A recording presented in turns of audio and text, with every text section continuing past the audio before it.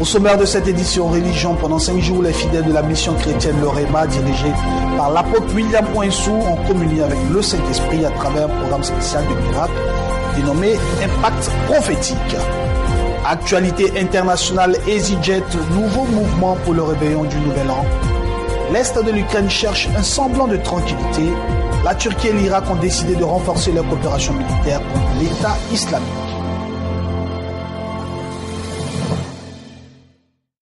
Madame et monsieur, bienvenue à cette édition d'information sur The Blessing Channel. Nous l'ouvrons par la religion pendant 5 jours.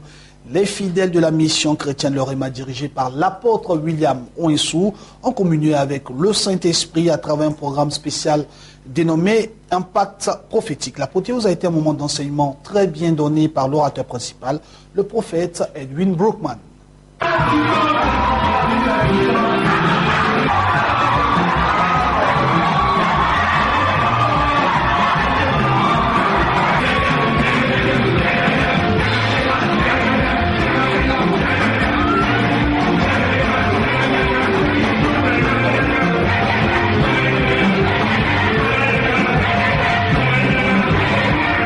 L'ambiance ne fait que démontrer le degré de joie des fidèles de la mission chrétienne Le Réma.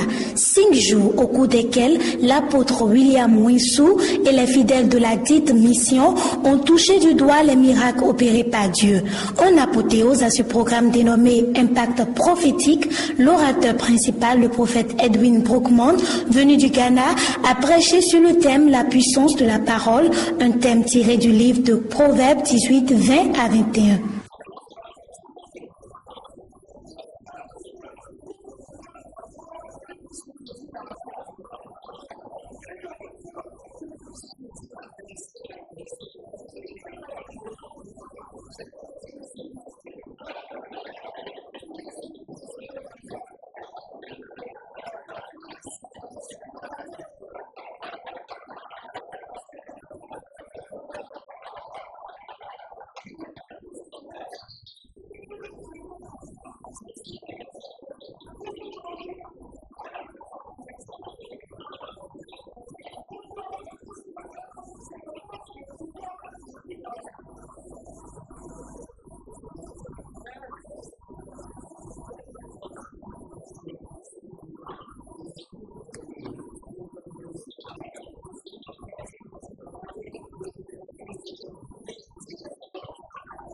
Les membres de la mission chrétienne Le Réma, très heureux de ce programme, ne manquent de le manifester.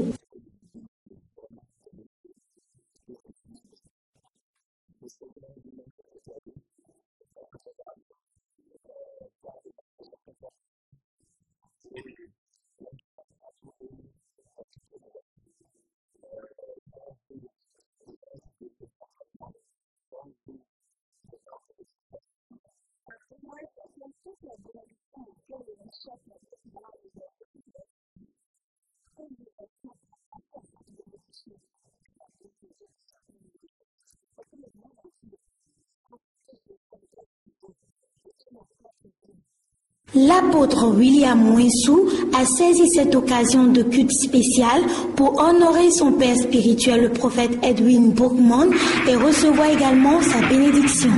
À la fin de ce culte spécial de miracles et de guérison, les fidèles repartent avec pour dernière bénédiction l'application de l'huile d'onction. Que Dieu bénisse la mission chrétienne Le Réma.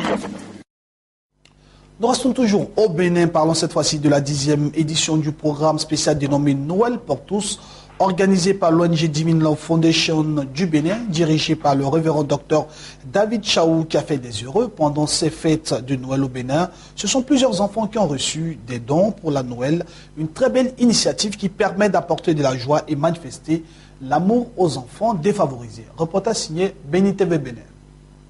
Des sacs de riz, des pâtes alimentaires, des bidons d'huile, des cartons de sirop, tout ceci en faveur des enfants en situation difficile. Ce don est une initiative de l'ONG Divine Love Foundation, dirigée par le révérend Dr Chao Patrick David de l'Église biblique des Nations, Tabernacle Amour Divin.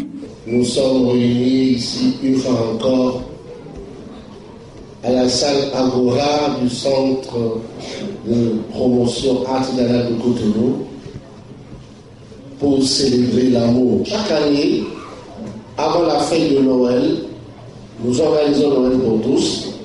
Donc nous sommes à la 10e édition. Et cette année, nous avons pu réunir ce que vous trouvez derrière nous. Nous avons pu réunir 2 tonnes de riz de grande qualité. Nous avons des cartons de pâtes alimentaires. Nous avons près d'une trentaine de cartons de sirop. Nous avons également près d'une quarantaine de bidons d'huile. Renouvelé chaque année et étant à sa 10e édition, Noël pour tous apparaît comme preuve de la mise en pratique de la parole de Dieu, parole qui consiste à apporter une assistance aux veuves et aux orphelins. En tant que ministre, ce genre de choses, cette vision est incorporée dans l'appel. Nous sommes appelés pour être des serviteurs afin que Christ Jésus puisse rebâtir des vies. Et quand nous parlons de rebâtir des vies, il y a forcément l'aspect social. C'est un programme que nous exécutons chaque année parce que la Bible nous demande de sortir, d'aller vers les orphelins, ceux qui sont en difficulté, et c'est une autre manière de prêcher l'évangile. Les bénéficiaires n'ont pas manqué de manifester leur gratitude envers leur bienfaiteur.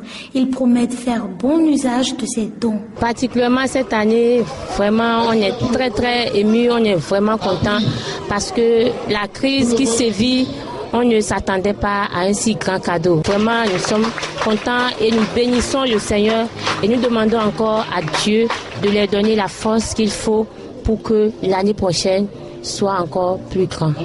Nous promettons de faire bon usage à ces dons-là et aider les enfants à vivre l'amour entre eux pour que demain les autres arrivent à faire de la sorte. Les enfants des centres d'orphelinat venus des départements du Bénin ont chanté, dansé en signe de joie et de reconnaissance. Que Dieu Tout-Puissant bénisse cette initiative.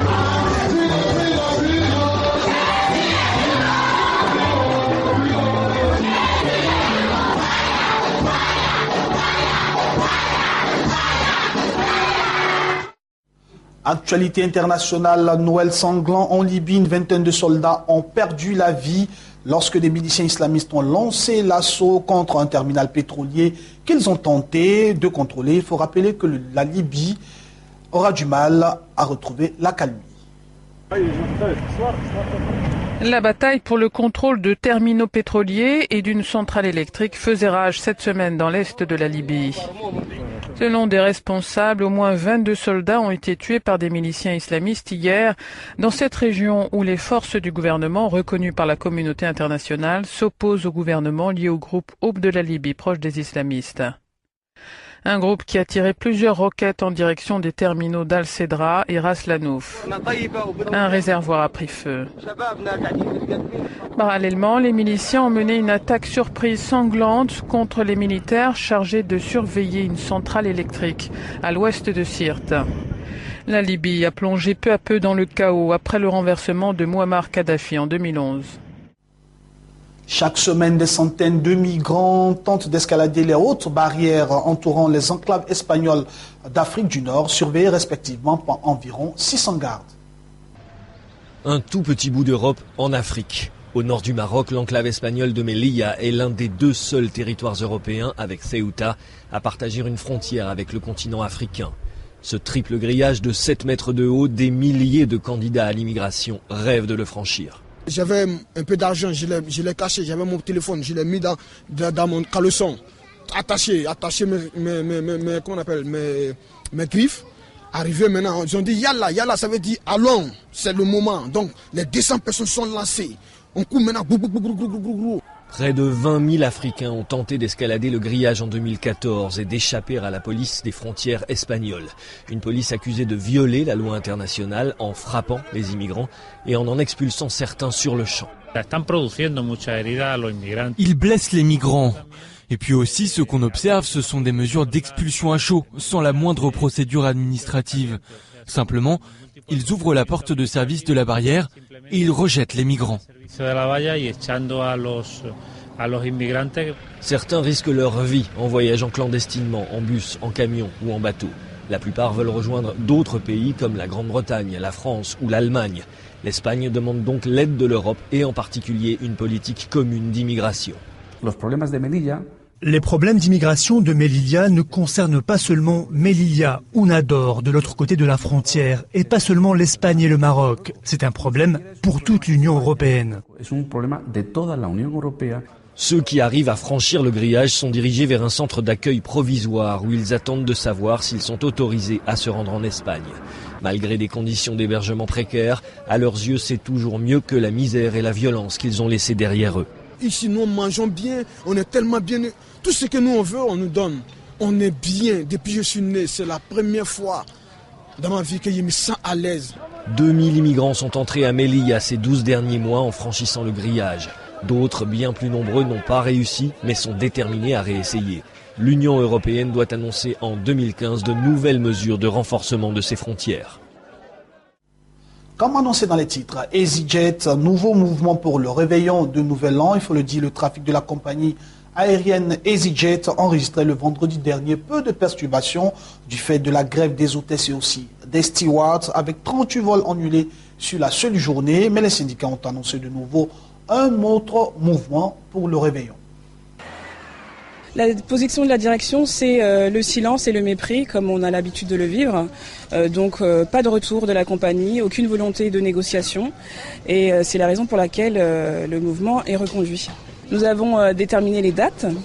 Elles sont fixées donc pour le 31 décembre 2014 et le 1er janvier 2015, en espérant avoir un retour. Ce sont des dates clés et certainement qui auront un impact beaucoup plus important que le 25 et 26. Nous ne nous démobilisons pas et continuons à être complètement déterminés par rapport aux revendications que nous avons, que nous considérons être justes et que nous savons être partagées par la majorité des hôtesses et stewards de la compagnie EasyJet en France et dans d'autres pays en Europe, comme les messages de soutien que nous avons reçus de nos collègues italiens, britanniques, également allemands, ainsi que les Suisses. Après la vive polémique suscitée la veille de Noël par la pose des grillages autour de 9 bancs publics de la ville, afin d'empêcher les SDF de s'y installer, la municipalité d'Angoulême en France a décidé le vendredi dernier de les retirer provisoirement et par mesure de sécurité. À Angoulême, les marginaux sont devenus des sans-bancs. Depuis hier, ces bancs publics sont condamnés, engrillagés. Ces cages devraient ensuite être remplies de galets et devenir des blocs afin de protéger la baie vitrée de la galerie commerçante. Une décision radicale de la mairie pour faire fuir les marginaux, les SDF et les dealers qui occupent le coin. Donc nous avons décidé de neutraliser 9 bancs seulement, et tous les autres restent en place, parce que c'était le lieu où se réunissaient ces personnes en voie d'alcoolisation. Une décision prise en accord avec certains commerçants qui pointaient une baisse de fréquentation. Mais l'image de ces bancs condamnés choque certains habitants et crée même des tensions. Ce ne sont pas des SDF. C'est qui sont? Je vous, ce sont des dealers et des cas sociaux. Certains sont contre et d'autres approuvent. Moi, j'ai jamais été importuné par des SDF. Je sais qu'il y en a, il y en a une dizaine qui sont concentrés là et un peu par là. Bon, ça m'a choqué parce qu'un jour de Noël, franchement, faire un cadeau empoisonné aux SDF, c'est peut-être pas la solution. Bon, quoique, il y a quelques problèmes, disons, relationnels. Moi, je trouve que c'est bien parce que il y a de plus en plus de sans domicile fixe. Ils foutent des bières vides partout. Le dispositif devrait être permanent, mais face à la polémique, les grilles vont peut-être être retirées provisoirement. On peut le dire, l'Est de l'Ukraine cherche un semblant de tranquillité. Le grand sapin avec ses scintillantes lumières multicolores a bien été installé sur la place Lénine dans le cœur de Donetsk, dans l'Est pro-russe de l'Ukraine. Mais cette année, l'esprit des fêtes, il faut le dire, de fin d'année a été durement ébranlé par la guerre. Nous attendons tous avec impatience l'illumination du sapin. Nous allons danser et nous amuser. En gros, aujourd'hui, c'est l'une des plus belles journées de ces derniers temps. En dépit de la guerre, les gens s'amusent. Il y a beaucoup d'enfants. Merci aux organisateurs pour cette fête, malgré la guerre et les tirs. Merci pour cet esprit de Nouvel An. On est de bonne humeur au moins à cette occasion. Parce qu'en dépit des obus, à la guerre comme à la guerre, nous aurons du temps pour le chagrin après la fête. C'est quand même le nouvel an. On doit fêter cela dans la bonne humeur.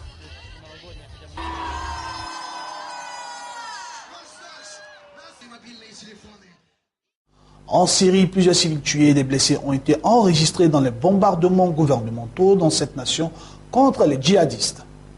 Attention, ces images peuvent choquer. Au moins 45 civils ont été tués et 175 blessés dans des bombardements menés par l'armée syrienne sur des territoires du nord de la Syrie, contrôlés par le groupe État islamique. C'est ce que rapportent des habitants et l'Observatoire syrien des droits de l'homme, mais aussi ces vidéos amateurs publiées sur les réseaux sociaux. Selon des témoins, des hélicoptères et des avions de combat ont lâché des barils d'explosifs sur des zones résidentielles et industrielles dans les villes d'Al-Bab et Kabassine, au nord-est d'Alep. Parallèlement, la coalition internationale dirigée par les États-Unis a mené ce vendredi 31 frappes contre les djihadistes de l'État islamique en Irak et en Syrie, dont plus d'une dizaine autour de la ville kurde syrienne de Kobané. Terminons cette édition d'information avec la Turquie et l'Irak qui ont décidé de renforcer leur coopération militaire contre l'État islamique. Il faut le dire, la Turquie a promis à l'Irak de joindre ses forces dans la lutte contre l'État islamique tout en continuant de qualifier les Kurdes PKK d'organisation terroriste. Front uni contre l'État islamique. La Turquie a promis à l'Irak de renforcer la coopération militaire entre les deux pays pour lutter contre l'organisation terroriste. En visite à Ankara, le Premier ministre irakien Haïdar al-Abadi a demandé à son homologue Ahmet Davutoglu son soutien dans le partage des renseignements, l'entraînement militaire ou encore l'armement. Nous sommes ouverts à toutes les suggestions, a déclaré le Premier ministre turc. Des discussions sont en cours pour étendre notre aide dans le domaine de l'entraînement militaire et de la logistique, mais aussi dans d'autres secteurs de coopération. La Turquie entraîne déjà des combattants kurdes Peshmerga qui participent à la bataille de Kobané en Syrie, près de la frontière turque, une ville que les Kurdes tentent de reconquérir, appuyée par les frappes de la coalition internationale. De nouveaux raids ont ciblé ces derniers jours des positions du groupe État islamique. C'est lors d'un raid similaire qu'un avion de la coalition s'est écrasé mercredi dans la région de Raqqa. Les djihadistes détiennent le pilote de chasse. Le père du sous-lieutenant jordanien de 26 ans a demandé à l'organisation de faire preuve de pitié envers son fils. Madame et messieurs, ici s'achève cette édition d'information. Bonne suite de programme sur le Blessing Channel. Que Dieu vous bénisse.